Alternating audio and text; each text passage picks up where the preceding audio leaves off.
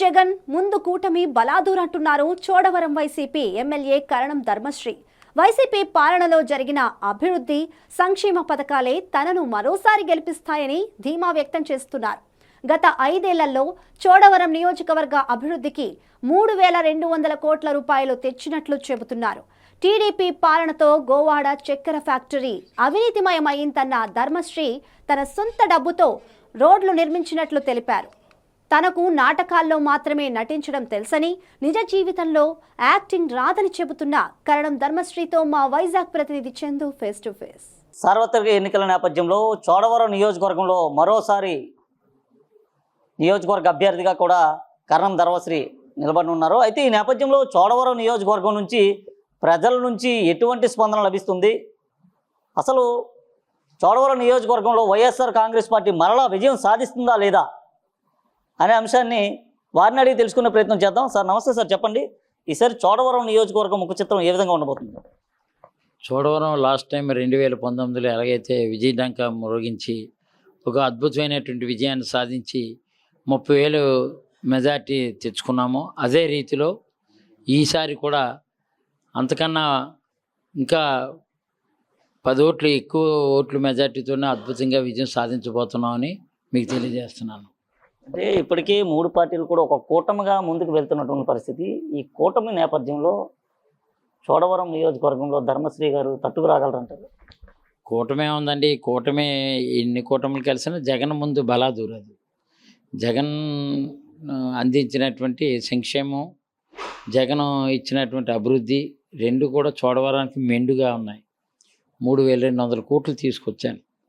3,200 కోట్లు సంక్షేమానికి ఇటు డెవలప్మెంట్కి తెచ్చాం. ఉదాహరణ మా షుగర్ ఫ్యాక్టరీ ఉంది, పందికొక్కుల్లా తినేశారు.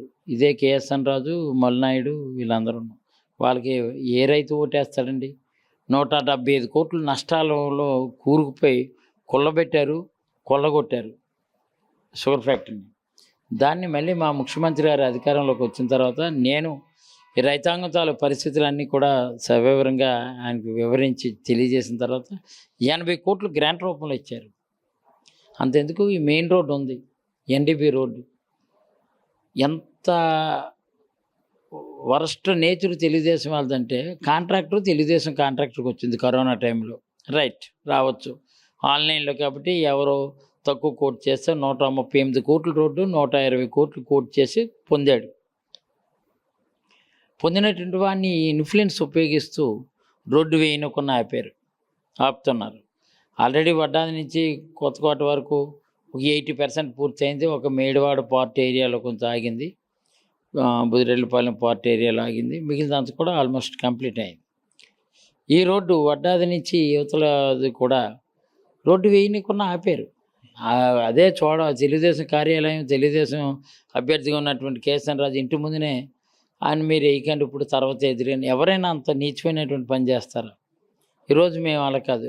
మళ్ళీ నేను ఆ కాంట్రాక్ట్ని పిలిచి, ఒరే బాబు బిల్లు పెట్టుకున్న తర్వాత నాకేదో రిమిట్ చేద్దు, కానీ ముందు ఇమ్మీడియట్గా వెయ్యంటే నాకు ఇప్పుడు నా దగ్గర డబ్బులు లేవు, మెటీరియల్ లేదంటే మేము ఆదిత్య కన్స్ట్రక్షన్స్ వాళ్ళతో మాట్లాడి మళ్ళీ ఆ మెటీరియల్ కాంక్రీట్ ఇవన్నీ ఇచ్చి బిల్లు వచ్చినా రాకపోయినా నాది పూచి అప్పుడు చూద్దాం.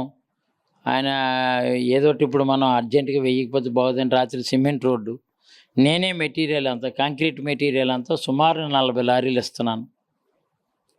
ఆడిస్తాడా పోతాడా తర్వాత విషయం. ఆడికి బిల్లు వచ్చినప్పుడు ఇస్తాడో, లాస్ వచ్చిందని మానేస్తాడో నాకు అనవసరం. వితౌట్ ఓన్లీ ఏమి కూడా హామీ తీసుకోకుండా నేను వేసేస్తున్నాను ఇప్పుడు రోడ్డు. అంతేకాదు ఇంకోటి సిమెంట్ రోడ్డు వేయాలి, నర్సీపేట నుంచి కాలేజ్ జంక్షన్ వరకు వేయలేదు. ఇంక పోతే పోయినాయి అని చెప్పేసి ఇంకా అదేమో ఆయన ఆ కాంట్రాక్టర్కి ఇంకా ఆయనకు చెప్పకున్నాను ఒక ప్రైవేట్ వ్యక్తి చేత 89 లక్షలు ఖర్చు పెట్టి ఈరోజు రోడ్డు నా సొంతంగా వేస్తున్నాను. అది ఎవ్వరు ఇందులో బిల్లు అది రాదు. ఎందుకంటే సిమెంట్ రోడ్డు పార్ట్ దాని తార్ రోడ్డుగా మలిచి ఇప్పుడు మార్చేస్తున్నాను. ఎందుకు ప్రజలు ఇబ్బంది పడకూడదు, ప్రజలకు మాట ఇచ్చాం మెయిన్ రోడ్డు బాగా చేయాలని అని చెప్పి 89 లక్షలతో అది చేస్తున్నాను. 120 కోట్లు రోడ్డు. వాళ్ళు ఏమో జిఎస్టీ పోను అవన్నీ పోను, వాడు చేయవలసింది పోయి వాడు చేయకపోగా చేస్తానని మోసగించాడు. 10,80,00,000 రూపాయలు సుమారు మొన్ననే ఇటీవలే ప్రభుత్వం ద్వారా ఎలక్షన్ కోడ్ రాకముందు ఆయనకి ఇప్పించాను అంటే గ్యారంటీ చేస్తాను అన్నాడు, చేయలేదు. మళ్ళీ ప్యాచ్ వర్క్, సెపరేట్గా ప్యాచ్ వర్క్ మళ్ళీ నేను ప్రయత్నం చేసి, బాబు ప్యాచ్ వర్క్ అయినా కొంత నర్సీపేట నుంచి వడ్డాది వరకు ఉన్నటువంటి గొయ్యలను పూడ్చరా, వెంకన్నపాలెం నుంచి గోవాడ వరకు అయినా గొయ్యలను పూడ్చు, తర్వాత నువ్వు బీటీ నీకు నచ్చినప్పుడు ఏది కానీ 1000 అని బతిమాలి ప్యాచ్ వర్క్ కూడా చేస్తున్నాను. సుమారు ఈరోజు నియోజకవర్గంలో కాంట్రాక్టులకి వేరే వాళ్ళ దగ్గర నుంచి అప్రూపంలో తీసుకొచ్చి ఇచ్చి ఆ వడ్డీ నేను భరిస్తూ, ఆ వడ్డీ నేను భరించాలి. సింగిల్ ఎన్పి వడ్డీ ఎవరు కాంట్రాక్టులు, ఎవరైతే మీకు టెండర్ వచ్చిందో మీరు వర్క్ స్టార్ట్ చేయండి, వడ్డీ నా మీద అని చెప్పి నేనే హామీగా ఉండి డబ్బు తీసుకొచ్చి వాళ్ళకి ఇచ్చి వాళ్ళ ద్వారా చేస్తున్నాను. ఇది నా నైజం. అంటే ప్రజల సౌకర్యార్థం ఎన్నికల్లో మన మాట అన్నాం రోడ్లన్నీ పూర్తి చేస్తానని. అందులో భాగంగానే నిన్న రావికతం జంక్షన్ నుంచి గుమ్మాలపాడు చిన్నపాచిలి కౌగుంట వరకు కూడా తార్ రోడ్డు అద్భుతంగా నిన్న చేస్తాం. అలాగే బుచ్చిపేట నుంచి బెన్నవోలు కోయిలాపల్లి తిమ్మనపాలెం జంక్షన్ వరకు తార్ రోడ్డు కంప్లీట్ చేస్తాం ఆ కాంట్రాక్టర్ చెప్పి. అలాగే ఐతంపూర్ రోడ్డు తార్ రోడ్డు పూర్తి చేస్తాం. గొల్లలపాలెం మర్రివలస రోడ్డు పూర్తి చేస్తాం. గుడివాడ మట్వానపాలెం తార్ రోడ్డు పూర్తి చేస్తాం.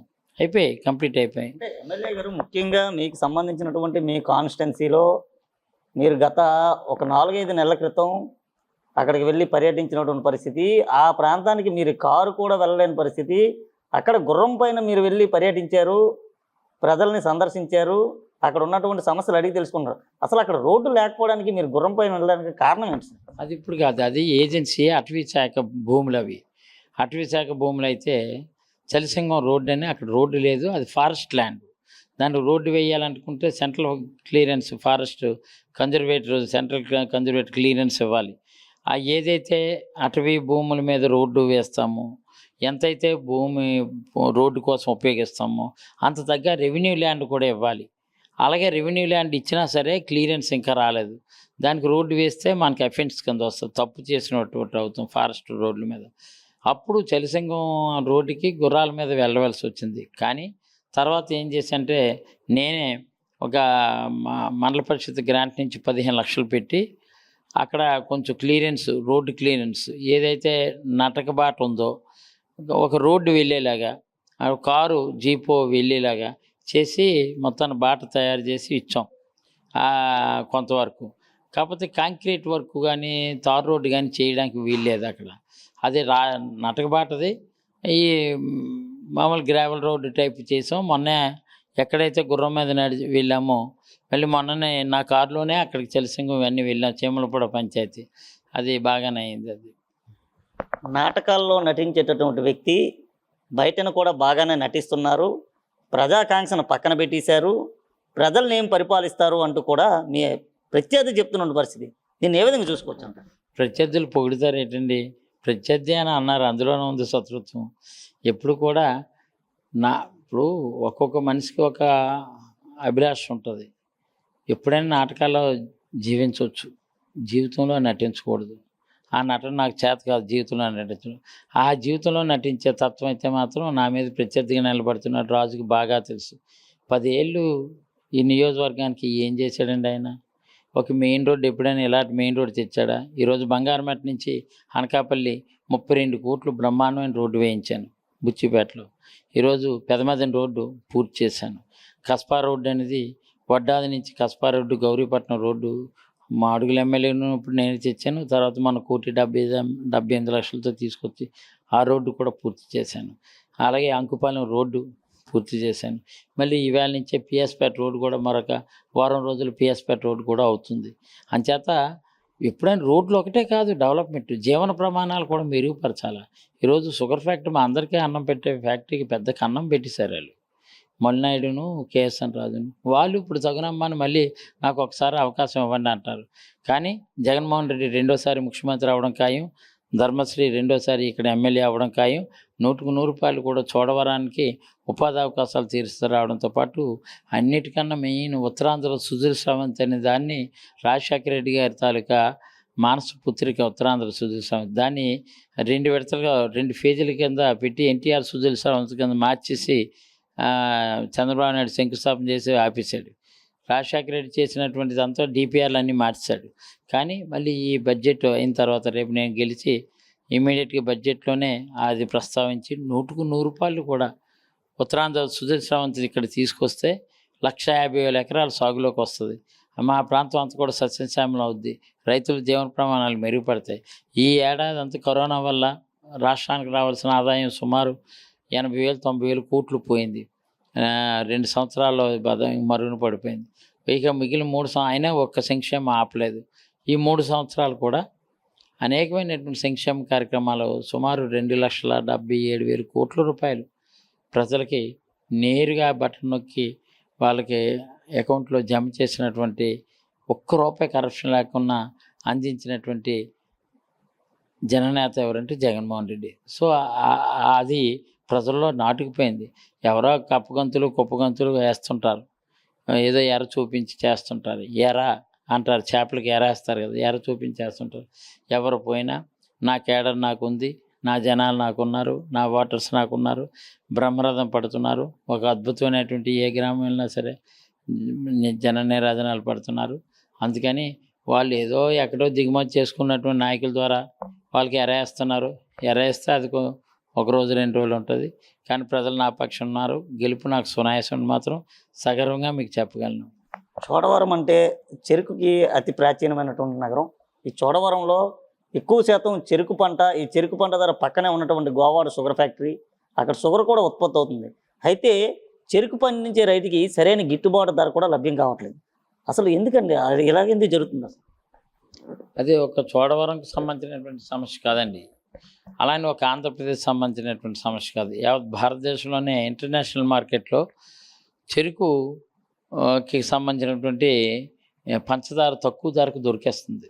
మహారాష్ట్ర ఉంది, అక్కడ ఒక ఎకరాకి 40 టన్నులు 50 టన్నులు ఈజీగా ఈల్డ్ అవుద్ది. మన దగ్గర 20 టన్నులు 25 టన్నులు కానీ రాదు. అది కూడా సకాలంలో వర్షాలు పడి పంటలు ఉంటాయి అక్కడ. అందుకని ఏంటంటే అక్కడికి ఇక్కడ పోల్చుకుంటే ఇక్కడ ప్రొడక్షన్ కాస్ట్ చాలా ఎక్కువ అయిపోతుంది. ఒక చెరుకు విత్తనం వేసిన కానీ విక్రయం వరకు కానీ లెక్కేసుకుంటే ఒక టన్ను పండించడానికి యావరేజ్ మినిమం 2,500 3,000 అయిపోతుంది. అదే రైతు మన షుగర్ ఫ్యాక్టరీ తోలితే 3,000 కన్నా రావట్లేదు, ఆడికి లాస్ అయిపోతున్నాడు. అది 80% 3,500 చెరుకు ఒక్కంటికి గిట్టుబాటు ధర ఇవ్వాలి. ఇస్తేనే రైతుకి ఇవ్వడమే కాదు, సకాలంలో పేమెంట్ రెమిట్ చేయాలి. రెమిట్ చేయడమే కాదు, చెరుకు విత్తనం ఏదైతే ఉందో దవ్వ సబ్సిడీ రూపంలో ఇవ్వాలి. సబ్సిడీ రూపంలో ఇస్తే రైతుకి గిట్టుబాటు అవుద్ది.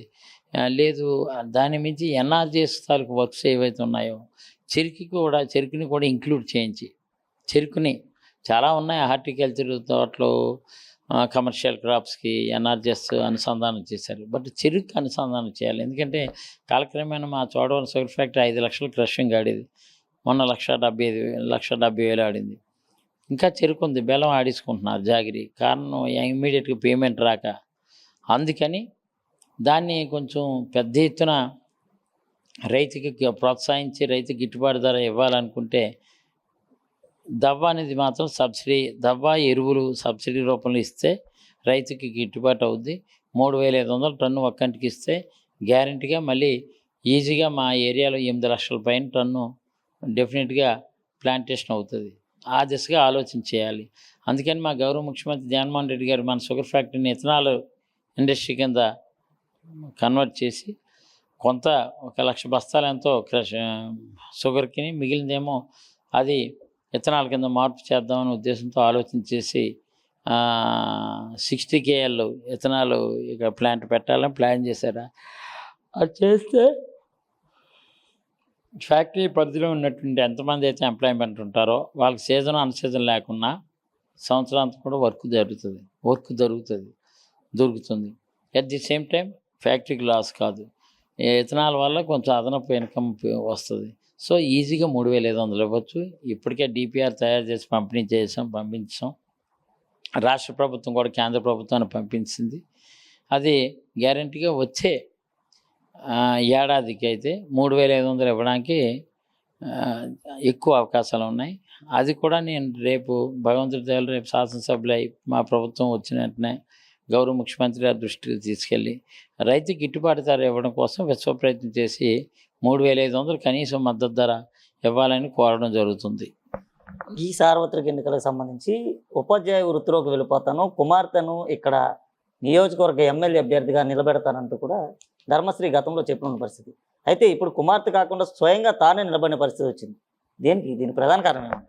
అంటే యాక్చువల్ మా పిల్లలకి ఎవరికి రాజకీయాలు ఇంట్రెస్ట్ లేదండి. రాజకీయాలు కూడా చేయలేమండి. రియల్గా ఏంటంటే ఇదంతా కొంచెం ఆర్థికంగా వచ్చు, ఎత్తులు పై ఎత్తులు చేయాలి. మా మెంటాలిటీ అది కాదు. దైవం భగవంతుని నమ్ముకోవడం, ప్లెయిన్ హార్ట్తో ఉండడం, ప్లెయిన్గా క్లీన్గా ఉండడం, మరీ లేనిగా బిహేవ్ చేసే తత్వం మాది కాదు. అందుకనే ఇంకెందుకో ఏదైనా బిజినెస్ లేదా ఏదో చదువుకోవడం దాని మీద కాన్సన్ట్రేషన్ చేయండి, కానీ రాజకీయాలు వద్దనేది నేను సున్నితంగా చెప్పాను. ఎప్పుడో నా ఎలక్షన్ టైంలో వచ్చి రిక్వెస్ట్ చేస్తారు. వాళ్ళు ఏదైతే నా తరపు నుంచి ఇన్సూరెన్స్ ఇచ్చారో అది కంప్యూటర్లో అప్లోడ్ చేసేస్తారు. ఒక షీట్ వాళ్ళ దగ్గర ఎంచుకుంటారు, ఒక షీట్ నాకు ఇస్తారు, పర్సూ చేస్తారు. ఫలానా అంకుల్కి ఈ మాట ఇచ్చాం, లేదా ఫలానా కాలనీకి ఈ మాట ఇచ్చాం, అది ఎంతవరకు అయింది, అది కొంచెం immediately you have to do it, otherwise you unable to go before election at public area అని చెప్తుంటారు వాళ్ళు. అందుకని వాళ్ళు ముందే వాళ్ళు ఏదైతే మాట ఇచ్చారో మాట ప్రకారం చేస్తారు. నేను కూడా అలాగే చేస్తున్నాను.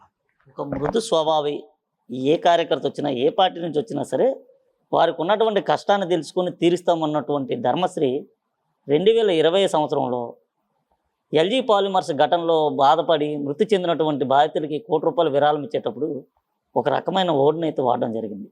చనిపోయిన కుటుంబాలు ₹1000 ఇచ్చారు, మా కుటుంబంలో చనిపోతే బాగున్నట్టుగా. అసలు ఈ వార్డు ఎందుకు అనాల్సి వచ్చింది? అసలు ఆ పరిస్థితి ఎందుకు వచ్చింది సార్? ఎలాగా చనిపోయిన బాధిత కుటుంబాలకి ₹1 కేంద్ర ప్రభుత్వం, రాష్ట్ర ప్రభుత్వం ఇస్తుంది కదా అని చెప్పేసి అన్నారు. ఎవరైనా చనిపోవాలనుకుంటారా? ₹1 వస్తుంది అని చెప్పేసి నష్టపరిహారం కోసం ఇచ్చే సమయంలో మీరు ఒక రకమైన మాటలు మాట్లాడారు. అసలు ఆ ఓటు అసలు అక్కడ రావడానికి ప్రధాన కారణం ఏంటి? అంటే చంద్రబాబు నాయుడు ఆ రోజు మాటల్లో తెలుగుదేశం వాళ్ళు ఏదో ₹1 వస్తుంది కాబట్టి ఒక తల్లిని ఇంట్లో కొడుకు తోడుకొని చంపించినట్టు చూపించాడు అని రకరకాల కామెంట్లు చేశాడు. అప్పుడు నేను చెప్పాను, ఎవరైనా ప్రాణం కన్నా ₹1 ఎక్కువ కాదు. ఎవరైనా ₹1 కోసం చనిపోవాలని కోరుకుంటారా? అది తప్పు. ఎప్పటికైనా కళ్ళు తెరిచి నీకు చేత కాదు డబ్బులు ఇవ్వడం, ఎవరైనా చనిపోతే నీ అయ్యాములు చనిపోయిన వాళ్ళకి ఎక్స్గ్రేషియా ఇవ్వడం, ఇచ్చినటువంటి వాళ్ళ మీద నువ్వు వేయడం కానీ తెలియదు. మీకు ఏంటంటే ఎవరైనా ₹1 కోసం చనిపోతారట ఎక్కడైనా, కానీ నువ్వు అలాగా చెప్పడం అది తప్పది. ప్రాణం గొప్పది. అంచేత ₹1 కదా ఎన్ని కోట్లు ఇచ్చినా ప్రాణం తిరిగి రాదు. తిరిగి రాంద అంచేత అంత తేలిగ్గా మాట్లాడకని చంద్రబాబు నాయుడు అన్నాను. కానీ మీరు అనేటటువంటి పదాన్ని పట్టుకొని తప్పు ట్రోలింగ్ చేస్తూ ఫేస్బుక్లోని సోషల్ మీడియాలో హల్చల్ చేసిన పరిస్థితి. అలాగే పవన్ కళ్యాణ్ని కరణం ధర్మశ్రీ కలిశారు, జనసేన పార్టీలోకి వెళ్ళబోతున్నారంటూ కూడా చాలా పెద్ద ఎత్తున సోషల్ మీడియాలో వచ్చినటువంటి పరిస్థితి. నిజంగా ధర్మశ్రీ పవన్ కళ్యాణ్ని కలిశారా, లేదా కలిసే అవకాశం ధర్మశ్రీకి ఏముంది? నేను మీ దగ్గరే మీరు కూర్చునిలోనే వింటున్నాను తప్ప నేను hard core Congress, hard core Rajasekhara Reddy తర్వాత జగన్మోహన్ రెడ్డి నాయకత్వంలో hard core YSR Congress party. నేను ఎవరు నన్ను సాహసించలేరు ఆ ప్రశ్న అడగడానికి, సాహసం చేయలేరు. ఎందుకంటే నేను ఎప్పుడూ పవన్ కళ్యాణ్ కలవలేదు. నేను అసలు మంత్రి పదవి ఆశించారు, మంత్రి పదవి రాకపోవడంతో భంగపడ్డటువంటి ధర్మశ్రీ పవన్ కళ్యాణ్ పార్టీలో వెళ్ళేందుకు సిద్ధమయ్యారు అని చెప్పేసి అన్నారు. అది ఏమో మీ వరకు ఎక్కడైనా ఎవడైనా నన్ను బ్యాట్ చేయాలని మీ వరకు మీ అలాగ అన్నారేమో, కానీ నాకైతే ప్రజెంట్ మీరు ప్రశ్న అడిగే వరకు నా నోటీస్కి రాలేదు. మంత్రి పదవి ఆశించడం, ఆశ లేకపోతే మనిషి జీవించడం అనవసరం అండి. అంచేత ఏదో రోజుని నసీబు ఉండాలి, రాతుంటే డెఫినెట్గా అదే సక్సెస్ అవుతుంది. ఉండాలి కదా, లేకపోతే జీవితం వ్యర్థం, వైరాగ్యం పుచ్చుకోలేరు కదా. జీవితాన్ని తర్వాత జీవితానికి సార్థకత రావాలంటే ఆశ ఉండాలి. ఆశ నెరవేరడం కోసం ప్రయత్నం చేయాలి. ఆ ప్రయత్నంలో భాగంగా 10 మందికి మేలు జరగాలి. మేలు జరిగేటట్టు, ఆ ప్రయోజనం కలిగేటట్టు ఆ దిశగా అడుగులు వేయాలి. అంతే తప్ప 100% నేను ఎప్పుడూ జనసేన వైపు చూడడం కానీ, జనసేన నాయకులు నన్ను అడగడానికి ప్రయత్నం చేయడం కానీ, లేదంటే ఎవరైనా ఇతర పార్టీలు ఎవరైనా నన్ను అడగడానికి ప్రయత్నం చేయడం కానీ చెయ్యరు. కారణం ఏంటంటే నేను బోర్న్ బాటప్ కాంగ్రెస్ రాజశేఖర రెడ్డి ఫ్యామిలీ తోటి రాజశేఖర రెడ్డి తోటి ట్రావెల్ చేస్తున్నాను. అబ్సల్యూట్లీ ఈరోజు వైఎస్ఆర్ కాంగ్రెస్ అంటే అనకాపల్లి జిల్లాలో ధర్మశ్రీ అంటే వైఎస్ఆర్, వైఎస్ఆర్ అంటే ధర్మశ్రీ అనే రీతిలోనే మేము అడుగులేస్తున్నాం. నాతో ఉన్నటువంటి టీం అలాంటిదే. ఈరోజు ఒకళ్ళు ఇద్దరు తెలుగుదేశం కాసి మా సైడ్ నుంచి ఉన్నటువంటి చిన్న చిన్న సర్పంచులు ఒకళ్ళు ఇద్దరే వెళ్ళాలని ఉన్నా, వాళ్ళందరూ తెలుగుదేశం నుంచి వచ్చిన వాళ్ళే. మా పార్టీ నుంచి మొదటి నుంచి ఉన్నటువంటి వాళ్ళు ఏ ఒక్కరు కూడా వెళ్ళా. సో ఫైనల్గా 2024 సార్వత్రిక ఎన్నికల్లో ధర్మశ్రీ గెలుపొందితే చోడవరం ప్రజలకు ఏం చేయబోతున్నారు? ఇక్కడ ఇప్పటికీ హాస్పిటల్ ఫెసిలిటీ కరెక్ట్గా లేదు, అంటే సరిగ్గా లేదు. ఇక్కడ ఉన్నటువంటి ప్రభుత్వ ఆసుపత్రి తీరు కూడా సరైన వైద్యం అందట్లేదు. ఇక్కడ నుంచి నగరానికి రావాల్సి వస్తుంది. ఎటువంటి చర్యలు తీసుకుంటారు అటువంటి వారిపైన? ధర్మశ్రీ ఓవరాల్గా చోడవరాన్ని ముఖ చిత్రాన్ని ఏ విధంగా మార్చబోతున్నారు? నేను అధికారంలోకి మళ్ళీ వచ్చిన వెంటనే హాస్పిటల్ అంటున్నారు కాబట్టి నేను వచ్చిన తర్వాత నాడు నేడులో భాగంగా బ్రహ్మాండంగా 3 కోట్ల రూపాయలు పైబడి ఖర్చు పెట్టి అద్భుతంగా చేసాం. మీరు మా గవర్నమెంట్ హాస్పిటల్కి వెళ్తే తెలుస్తుంది. చాలా కార్పొరేట్ హాస్పిటల్ ఉంటుంది, అది 30 పడకల హాస్పిటల్. దాన్ని 50 పడకలు 100 పడకల హాస్పిటల్ కింద మార్పు చేయాలి ఫస్ట్. అదొకటి. నెక్స్ట్ రెండోది ఏంటంటే ఉత్తరాంధ్ర సుశ్రవంతి ఎట్టి పరిస్థితులు తీసుకురావాలి. అన్నిటికన్నా ప్రధానం మూడోది ఏంటంటే సబ్బవరం నుంచి వయా వెంకన్నపాలెం, చోడవరం, రావికౌతం, రోల్గుంట, నర్సీపట్నం, కోటనందూరు ఇప్పటికే భారతమాల 2లో నేషనల్ హైవే కింద ఈ స్టేట్ హైవేని కన్వర్ట్ చేసి పంపించాం. సీఎం గారు కూడా స్పెషల్గా లెటర్ రాసి నరేంద్ర మోడీ గారు పిఎం పంపించారు. నితిన్ గడ్కరీ గారు కూడా డిపిఆర్ డీటెయిల్ ప్రాజెక్ట్ రిపోర్ట్ తయారు చేసి ఒక ఏజెన్సీ అపాయింట్ చేసి 2,100 crores బడ్జెట్ ఇంత ఎస్టిమేషన్ ప్రిపేర్ చేసి 113 కిలోమీటర్లు నేషనల్ హైవే కింద మార్చమని అన్నారు. అది తేవాలి మెయిన్. అది చేస్తే మా ప్రాంతం అర్బనైజ్డ్ కింద మారుతుంది. ఎందుకు మారుతుంది అంటే విశాఖపట్నం కానీ అనకాపల్లి జిల్లా కానీ 2 జిల్లాలకి అతి దగ్గరగా ఉన్నటువంటి ఏకైక నియోజకవర్గం చోడవరం నియోజకవర్గం. సో ఇది అర్బనైజ్డ్గా మారితే ఇక్కడ ఉన్నటువంటి భూమి విలువలు పెరుగుతాయి, జీవన ప్రమాణాలు మెరుగుపడతాయి, కన్స్ట్రక్షన్స్ పెరుగుతాయి, రెసిడెన్షియల్ పొటెన్షియాలిటీ ఉన్నటువంటి ఏరియా, ల్యాండ్ బ్యాంక్ ఉంది. చిన్న చిన్న స్మాల్ స్కేల్ ఇండస్ట్రీస్ తీసుకొస్తే ఈ ప్రాంతం వాళ్ళకి యువకులకు ఉద్యోగ అవకాశాలు, ఉపాధి దొరుకుతుంది. కాబట్టి అదే ప్రధాన ఎజెండా కింద నేను ముందుకు వెళ్తున్నా. నేషనల్ హైవే కింద మార్చడం, అలాగే షుగర్ ఫ్యాక్టరీని ఇథనాల్ ఇండస్ట్రీ కింద మార్చడం, ఉత్తరాంధ్ర సుదృశ్రావంతి తీసుకురావడం, ఈ ప్రాంతం వాళ్ళకి ఉపాధి అవకాశాలు, ఉద్యోగ అవకాశాలు తీసుకురావడం కోసం ఎక్కడ పర్టికులర్ చోడవరం పట్టణ ప్రాంతంలో అర్బన్ ఏజ్డ్గా విఎంఆర్డీలు ఇప్పుడే కలిపాం. పార్కులు, ఇండోర్ స్టేడియంస్, ప్లే గ్రౌండ్కి సంబంధించినటువంటి స్టేడియము, మినీ స్టేడియం ఇవన్నీ కూడా రూపకల్పన చేసి అందించాం. అది ఆల్మోస్ట్ నాకు తెలిసి ఒక 10 కోట్ల రూపాయలతో కంప్లీట్ అవుతున్నాయి. అవి అన్నీ కూడా విఎంఆర్డీ ద్వారా చేస్తాం. సో సక్సెస్ఫుల్గా చోడవరాన్ని అభివృద్ధి పథంలో నడిపించడం కోసం క్లియర్ కట్గా ఆల్రెడీ ఒక ప్లాను, కార్యాచరణ తయారు చేసుకున్నాం. అది వితిన్ స్పాన్ ఆఫ్ 1 year, 1.5 yearలో I have to do it పక్కా. రైట్. చోడవరం నియోజకవర్గం నుండి రెండవసారి కానీ ప్రజలు తనకు అవకాశం కల్పిస్తే తప్పకుండా చోడవరం నియోజకవర్గాన్ని అభివృద్ధి పదంలో ముందుకు తీసుకువెళ్తానంటూ కూడా కర్ణం ధర్మశ్రీ అయితే చెప్తున్న పరిస్థితి. తనపైన అవాకులు చవాకులు చేస్తున్నటువంటి ప్రత్యర్థులు వారి గత చరిత్రను ఒకసారి తిరిగి చూసుకోవాలంటూ కూడా చెప్తున్నారు. వీడియో జర్నలిస్ట్ ఉదయ్తో చందు, 4 Side TV, చోడవరం.